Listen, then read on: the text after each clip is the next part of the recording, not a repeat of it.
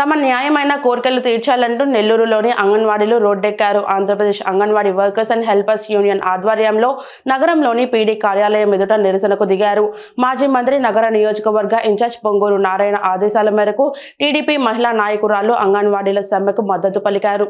అంగన్వాడీలతో పాటు టీడీపీ మహిళా నాయకురాళ్లు సమ్మెలో పాల్గొని ప్రభుత్వానికి వ్యతిరేకంగా నినాదాలు హోరెత్తించారు. అనంతరం టీడీపీ మహిళా నేతలు ముప్పాళ్ల విజేతరెడ్డి, పనబాక భూలక్ష్మి, కప్పిరా రేవతిరిలో మాట్లాడుతూ జగన్మోహన్ రెడ్డిని నమ్ముకున్నందుకు ఈ రోజు అంగన్వాడీలందరూ రోడ్డు పాలయ్యారని మండిపడ్డారు. గతంలో అంగన్వాడీలకు అండగా నిలిచింది తెలుగుదేశం ప్రభుత్వమేనని గుర్తు చేశారు. పాదయాత్రలో అంగన్వాడీలకు హామీలన్నీ ఇచ్చేసి అధికారంలోకి రాగానే వాటన్నింటినీ విస్మరించిన ఘనత జగన్మోహన్ రెడ్డికే దక్కుతుందని ఆరోపించారు. సాధారణ డిమాండ్లను పరిష్కరించలేని దుస్థితిలో రాష్ట్ర ప్రభుత్వం ఉండటం సిగ్గుచేటన్నారు.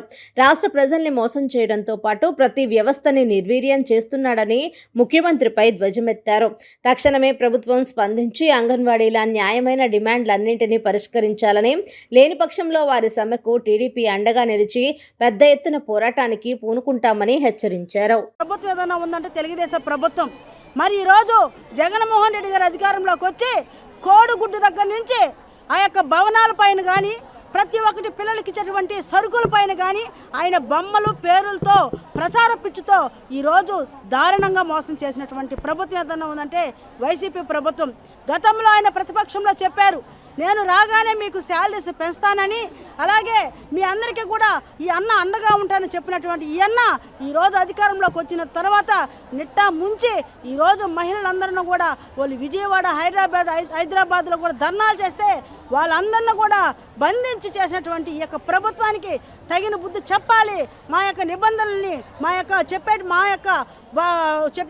యొక్క చట్టాలన్నింటినీ కూడా మాకు రావాల్సినటువంటి వాటన్నిటిని కూడా ఈ యొక్క ప్రభుత్వం ఇవ్వాలన్న ఉద్దేశంతో ఈరోజు అంగన్వాడీ వాళ్ళు చేసినటువంటి ఈ యొక్క నిబంధనలకి మేమందరం కూడా సంఘీభావం తెలియపరచడానికి వచ్చాము.